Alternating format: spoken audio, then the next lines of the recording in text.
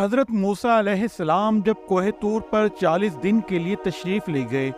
تو سامری منافق نے چاندی سونے کے زیورات پگھلا کر ایک بچڑے کی مورت بنا کر حضرت جبرائیل علیہ السلام کے گھوڑے کے پاؤں تلے کی مٹی اس مورت کے منہ میں ڈال دی تو وہ زندہ ہو کر بولنے لگا۔ پھر سامری نے مجمع عام میں یہ تقریر شروع کر دی کہ اے بنی اسرائیل، حضرت موسیٰ خدا سے باتیں کرنے کے لیے کوہ طور پر تشریف لے گئے ہیں، لیکن خدا تو خود ہم لوگوں کے پاس آ گیا ہے اور بچڑے کی طرف اشارہ کر کر بولے کہ یہی خدا ہے۔ سامری نے ایسی گمراہ کن تقریر کی کہ بنی اسرائیل کو بچڑے کی خدا ہونے پر یقین ہو گیا اور وہ بچڑے کو پوجنے لگے۔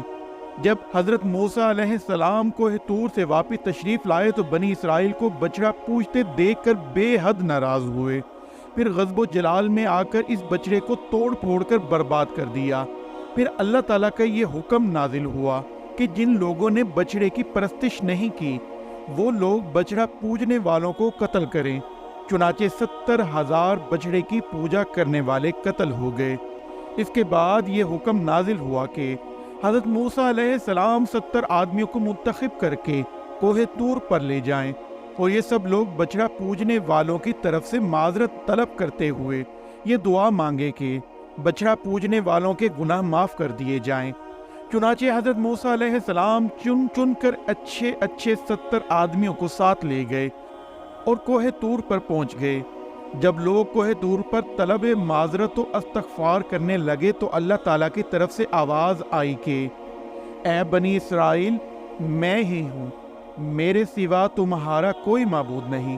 میں نے ہی تم لوگوں کو فرعون کے ظلم سے نجات دے کر تم لوگوں کو بچایا ہے، لہٰذا تم لوگ فقط میری ہی عبادت کرو اور میرے سوا کسی کو مت پوجو۔ اللہ تعالیٰ کا یہ کلام سن کر یہ 70 آدمی ایک زبان ہو کر کہنے لگے کہ اے موسیٰ، ہم ہرگز آپ کی بات نہیں مانیں گے جب تک ہم اللہ تعالیٰ کو اپنے سامنے نہ دیکھ لیں۔ یہ 70 آدمی اپنی ضد پر بالکل اڑ گئے کہ ہم کو آپ خدا کا دیدار کرائیے، ورنہ ہم ہرگز نہیں مانیں گے کہ خدا تعالیٰ نے یہ حکم فرمایا ہے۔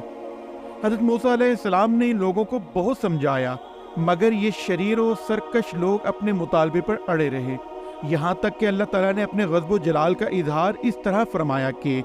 ایک فرشتہ آیا اور اس نے ایک ایسی خوفناک چیخ ماری کہ خوف و ہراس اس سے لوگوں کے دل پھٹ گئے اور یہ 70 آدمی مر گئے۔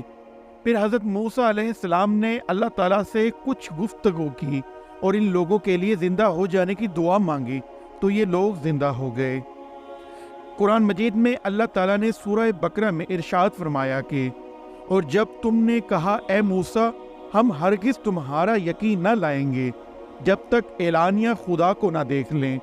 تو تمہیں کڑک نے آ لیا اور تم دیکھ رہے تھے پھر مرے ہوئے، پیچھے ہم نے تمہیں زندہ کیا کہ کہیں تم احسان مانو۔ ناظرین، اس واقعے سے بھی سبق ملتا ہے کہ اپنے پیغمبر کی بات نہ مان کر اپنی ضد پر اڑے رہنا بہت بڑی خطرناک بات ہے۔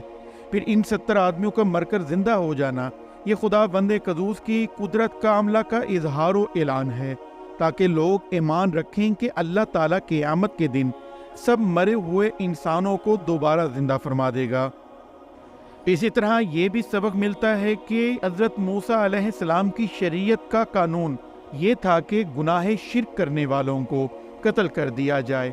پھر قوم کے نیک لوگ ان کے لیے طلب معذرت اور دعائے مغفرت کریں، تب ان شرک کرنے والوں کو توبہ قبول ہوگی۔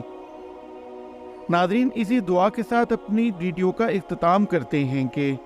اللہ ہم سب کو اپنی امان میں رکھے، ہم پر اپنا رحم فرمائے اور ہمارے والدین کا سایہ ہمیشہ ہم پر سلامت رکھے۔ آمین۔ اللہ حافظ۔